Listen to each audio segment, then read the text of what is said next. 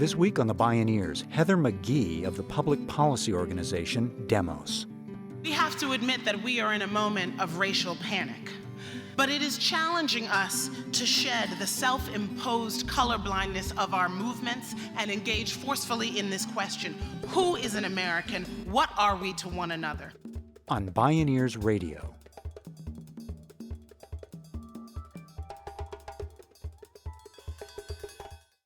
Support for the Bioneers' Revolution from the Heart of Nature is provided in part by Organic Valley Family of Farms and by the generous support of listeners like you.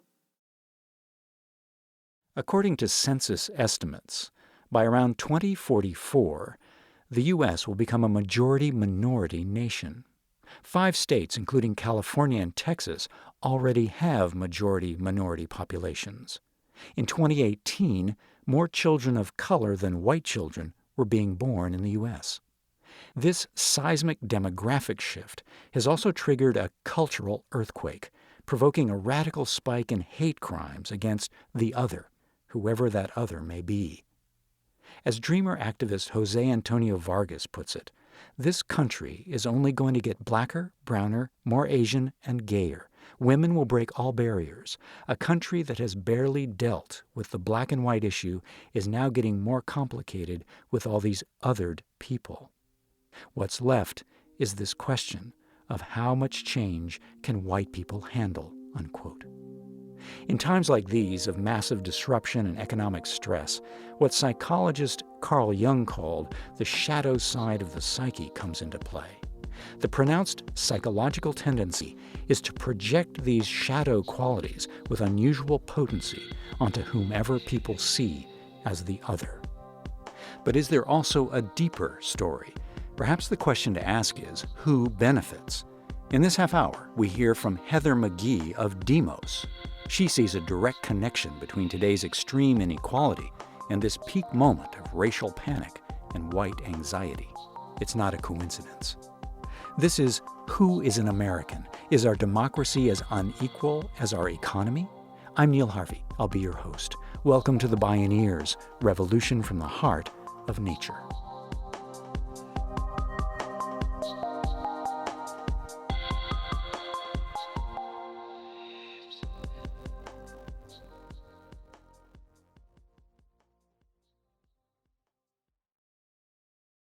Demos is the Greek word for the people of a nation, and it's the root word of democracy.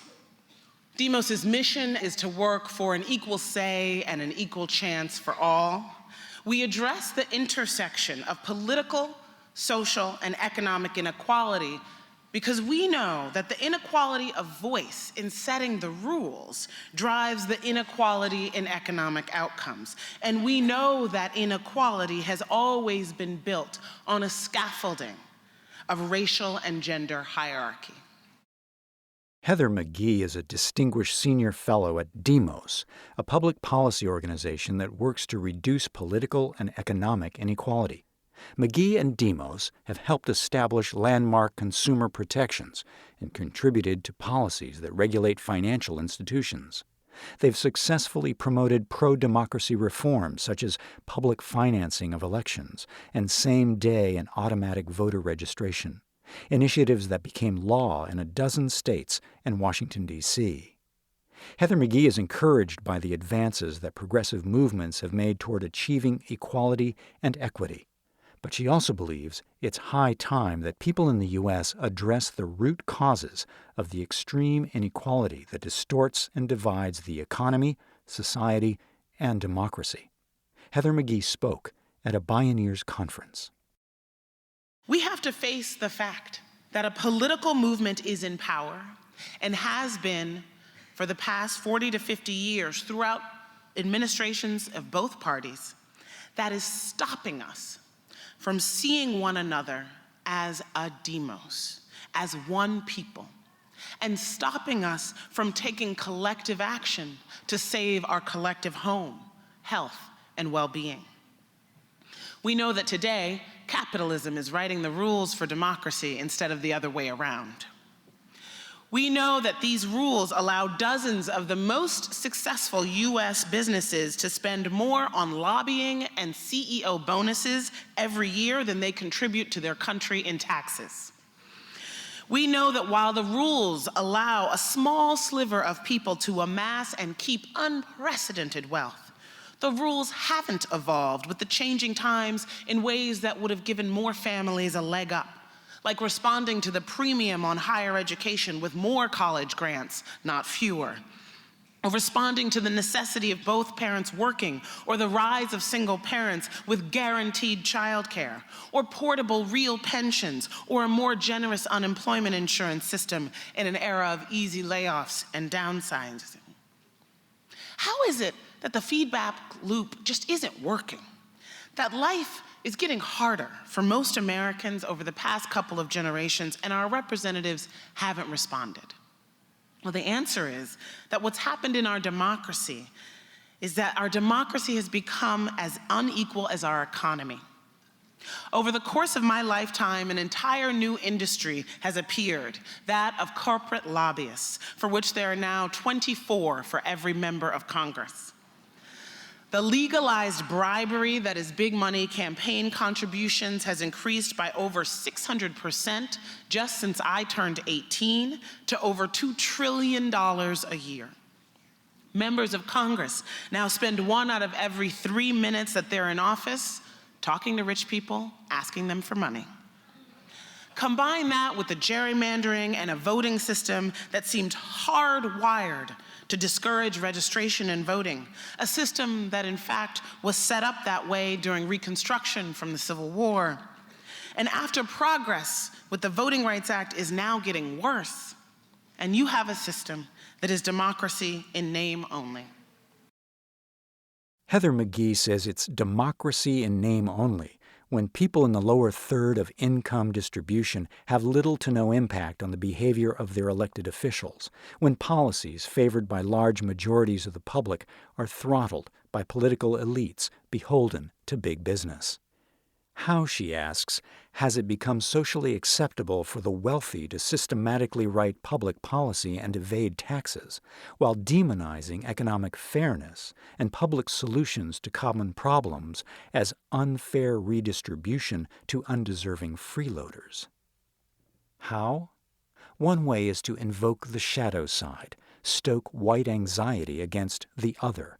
It has a long and complicated history in the United States. This, I believe, is where the increasing role of unconscious bias comes into our public culture in ways that are eroding opportunity and prosperity for all of us.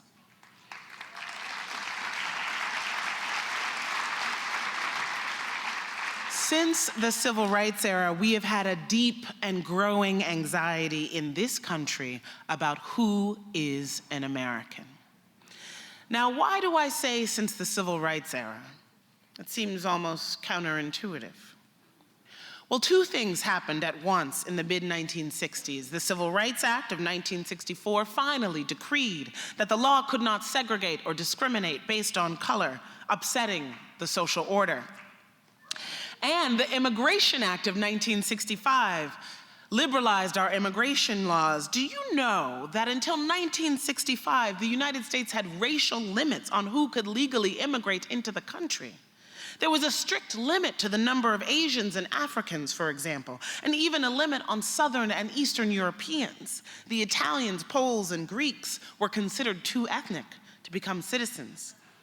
Northern European countries had no limit whatsoever. Think about that. Think about how that shaped immigration.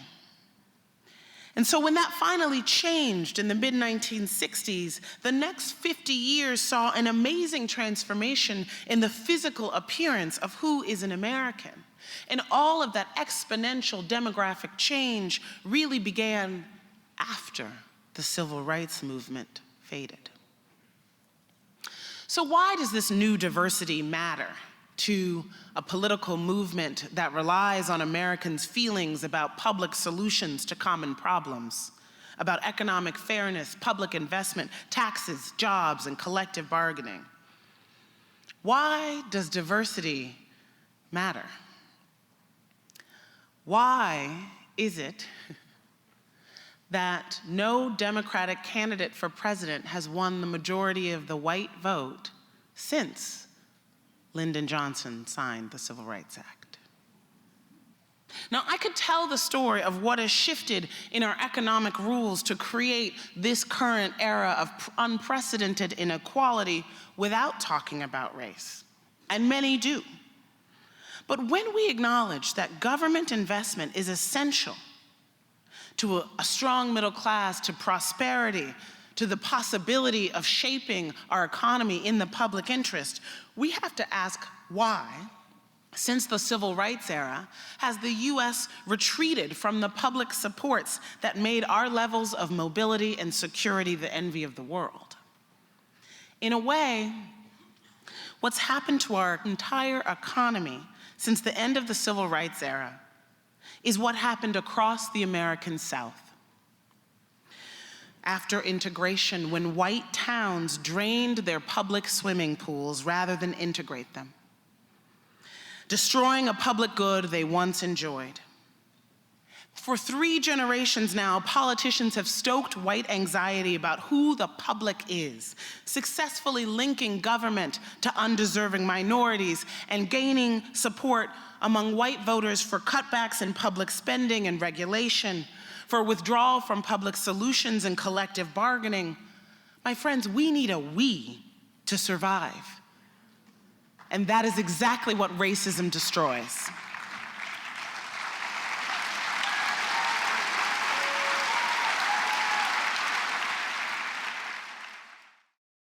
Very much like today's global disruptions, in the late 19th century, an unprecedented wave of corporate globalization caused massive global migrations and racial mixing. Like today, mass social movements erupted worldwide to resist these robber barons. As author Pankaj Mishra wrote, quote, "For fearful ruling classes, political order depended on forging an alliance between rich and powerful whites and those rendered superfluous by industrial capitalism. Exclusion or degradation of non-white peoples was a way of securing dignity for those marginalized by economic and technological shifts." Today, Mishra described, as revolts erupt against globalization, politicians and pundits in the Anglosphere are again scrambling to rebuild political communities around what W.E.B. Du Bois in 1910 identified as the new religion of whiteness, the ownership of the earth forever and ever. The religion of whiteness, Mishra concluded, increasingly represents a suicide cult, unquote. This white supremacy ideology is radically out of step with the ground truth of American culture and the arc of today's diverse, interdependent world. But as a social construct, racism has proven to be a reliably effective shadow side strategy to divide and conquer. I'm sure you're all aware of the studies out of Harvard University of implicit bias, where you're asked to quickly associate words with faces. And those studies demonstrate that we are nearly universally less able to quickly associate darker faces with positive words, though white respondents found it more difficult than people of color. I want to pause there for a minute to ask why do we take for granted, as part of our history, why it is that American society adopted this belief in a hierarchy of human value, that people with white skin are better than others. Racism is not inevitable. In fact, the very idea of racial categories didn't take root until the 17th century. It's important to remember, because so much of this history has been suppressed, just how essential to the creation of the American economy slavery was. And slave labor on plantation land expropriated from Native Americans. That is our economy.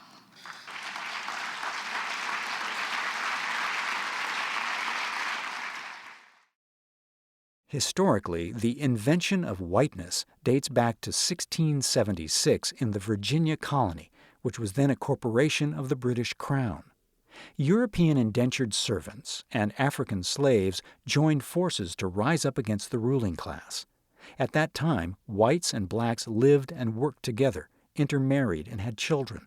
There was more interracial contact then than there is now. Called Bacon's Rebellion, the insurgency was quite successful, causing the elites to begin experimenting with ways to divide and conquer. They tried religion, language, and place of origin before they stumbled upon race.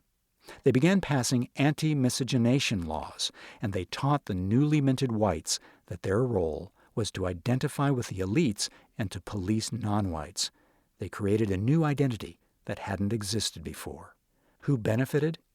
Black lives were the original currency of America, says Heather McGhee. By 1860, slave labor produced 80% of the gross national product. At our founding, those in power chose to make American slavery different from other forms, not just indentured labor, but hereditary, inexorable. And they did it alongside these proclamations of equality and liberty that we now hold dear as our American creed, that it is self-evident that all men are created equal, that all men are entitled to liberty and the pursuit of happiness.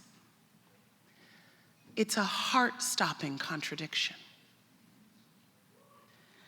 The only way for men to write those words while owning other human beings was to create a belief system in which those people were not human beings.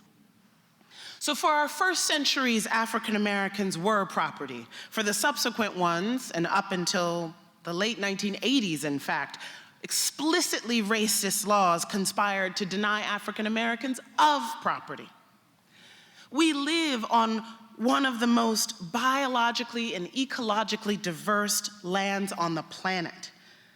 We have rainforests and deserts. This treasure that we sing about, from sea to shining sea. And yet it is not ours.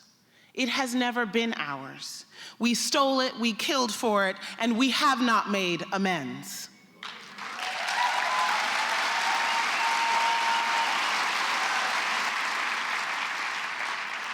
It's hard to admit all of that, to hold all of that, while at the same time holding a vision of we the people and of a country and a population that is worth fighting for and creating solidarity amongst.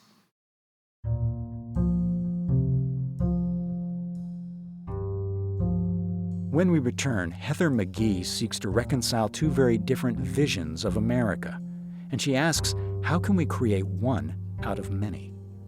This is Who is an American? Is our democracy as unequal as our economy? I'm Neil Harvey. You're listening to the Bioneers, Revolution from the Heart of Nature.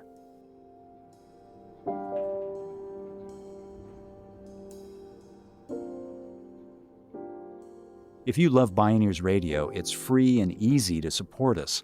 Just take a moment to post a review on our podcast on iTunes, Google Play, or wherever you find our show online. You'll be helping other people find and enjoy these incredible thinkers and storytellers. And thank you for helping us out.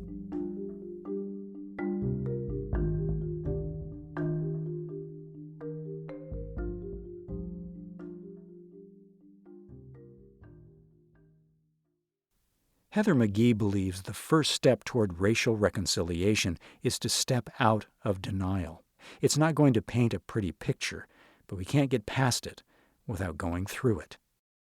You know, we have this myth of American innocence. My friends, why is it not common knowledge to us that when Hitler and his regime looked for a model of a way to create a society where citizenship and humanity was cabined only to whites in every single legal, policy, economic piece of infrastructure, they looked only to us as the model. And yet, I'm an American. And yet, I, the descendants of enslaved peoples, am proud of my fellow people. How do we hold that?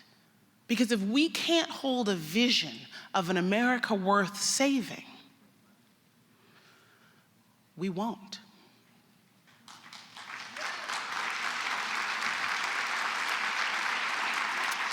And if we don't hold a vision of an America worth saving, if we don't both admit the truth of our racist, sexist, hyper-capitalist past and present, while also reconnecting on a human level with our neighbors and our families, then we will continue as a nation to fall prey to a political ploy that keeps a right wing in power and rapes our planet.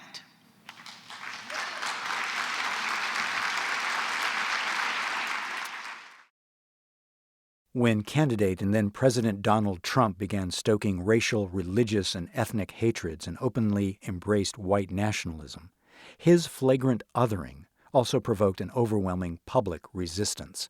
Massive serial protests and movements have rocked the nation, from Black Lives Matter to the renewed movements for women's rights, citizenship for dreamers, immigrant rights, labor rights, and the denouncing of Islamophobia and anti-Semitism.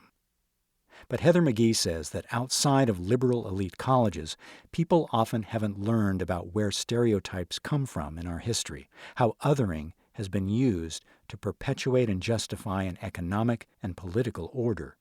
The nation, she says, is overdue for a truth and reconciliation process in every corner of the country. Who benefits? In this scenario, it's the full spectrum of the people. We have to admit that we are in a moment of racial panic, but it is challenging us to shed the self-imposed colorblindness of our movements and engage forcefully in this question: who is an American? What are we to one another? We have to admit that this question is harder for us than it is for most other countries because we are the world's most radical experiment in democracy. A nation of ancestral strangers met here with the audacious promise that out of many we could become one. Everything depends on the answer to this question: who is an American and what are we to one another? Politics right now is offering two visions of why all of the peoples of the world have met here on this land. One, in which we are nothing more than competitors, and another, in which perhaps, just perhaps, the proximity of so much difference will finally force us to admit our common humanity.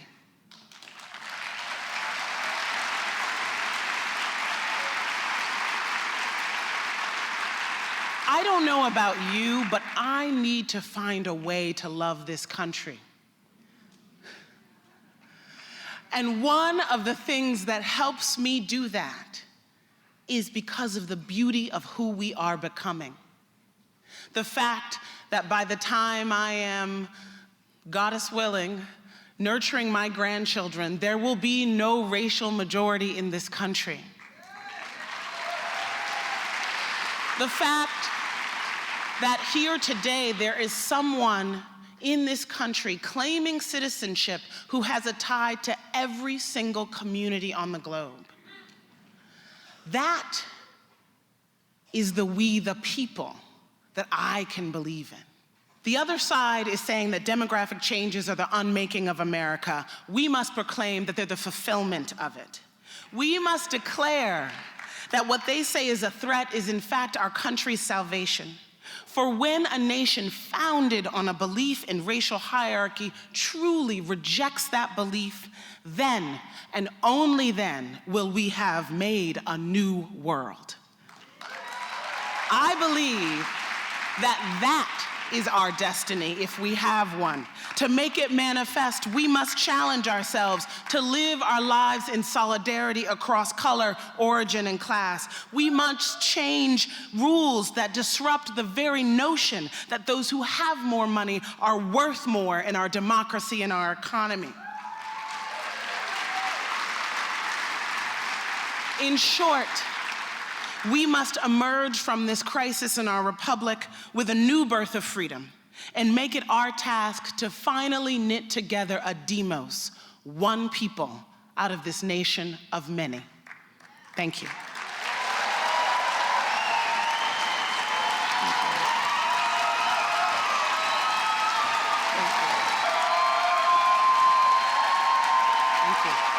Thank you.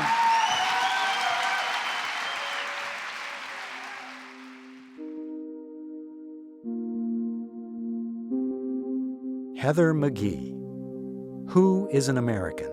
Is our democracy as unequal as our economy?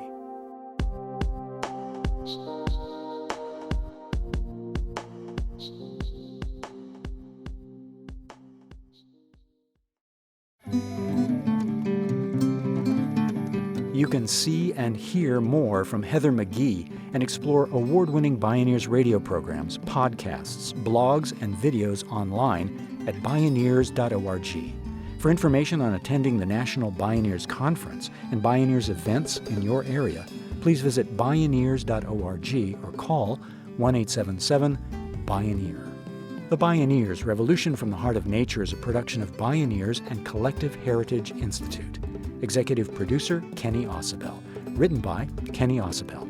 Senior producer and station relations, Stephanie Welch. Host and consulting producer, Neil Harvey. Producer, Teo Grossman. Program engineer and music supervisor, Emily Harris. Our theme music is co-written by the Baka Forest people of Cameroon and Baka Beyond from the album East to West. All royalties from Baka compositions and performances go to the Baka Forest people through the charity Global Music Exchange. Find out more at globalmusicexchange.org. Additional music was made available by Mind's Eye and Dr. Wrinkle at freemusicarchive.org and by Blue Dot Sessions at www.sessions.blue. The opinions expressed on the Bioneers Revolution from the Heart of Nature are those of the presenters and are not necessarily those of Bioneers and Collective Heritage Institute, the underwriters, or this radio station. My name is Neil Harvey. Thank you for listening. This is program number 1317. This program was made possible in part by Organic Valley's pasture-raised organic dairy products, bringing the good from our family farmers to your table at organicvalley.coop, and by the generous support of listeners like you.